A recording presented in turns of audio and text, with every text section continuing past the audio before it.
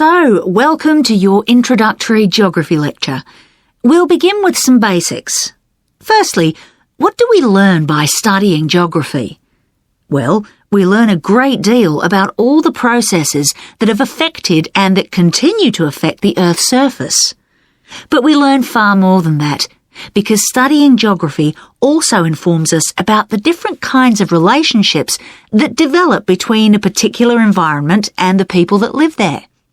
Okay, we like to think of geography as having two main branches. There's the study of the nature of our planet, its physical features, what it actually looks like, and then there's the study of the ways in which we choose to live and of the impact of those on our planet. Our current use of carbon fuels is a good example of that. But there are more specific study areas to consider too, and we'll be looking at each of these in turn throughout the semester. These include biophysical geography, by which I mean the study of the natural environment and all its living things. Then there's topography. That looks at the shapes of the land and oceans. There's the study of political geography, and social geography too, of course, which is the study of communities of people. We have economic geography, in which we examine all kinds of resources and their use, agriculture, for example. Next comes historical geography, the understanding of how people and their environments and the ways they interact have changed over a period of time. And urban geography, an aspect I'm particularly interested in, which takes as its focus the location of cities, the services that those cities provide, and migration of people to and from such cities.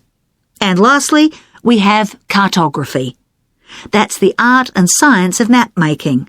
You'll be doing a lot of that. So, to summarise before we continue, we now have our key answer. Studying this subject is important because without geographical knowledge, we would know very little about our surroundings and we wouldn't be able to identify all the problems that relate to them. So, by definition, we wouldn't be in an informed position to work out how to solve any of them. Okay, now for some practicalities. What do geographers actually do? Well, we collect data to begin with. You'll be doing a lot of that on your first field trip. How do we do this? There are several means. We might, for example, conduct a census, count a population in a given area perhaps. We also need images of the Earth's surface which we can produce by means of computer generation technology or with the help of satellite relays. We've come a very long way from the early exploration of the world by sailing ships when geographers only had pens and paper at their disposal. After we've gathered our information, we must analyse it. We need to look for patterns, most commonly those of causes and consequences. This kind of information helps us to predict and resolve problems that could affect the world we live in. But we don't keep all this information confidential. We then need to publish our findings so that other people can access it and be informed by it. And one way in which this information can be published is in the form of maps. You'll all have used one at some stage of your life already. Let's consider the benefits of maps from a geographer's perspective. Maps can be folded and put in a pocket and can provide a great store of reference when they're collected into an atlas.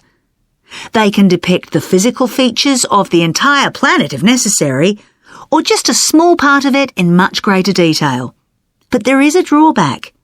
You can't exactly replicate something that is three-dimensional, like our planet, on a flat piece of paper, because paper has only two dimensions.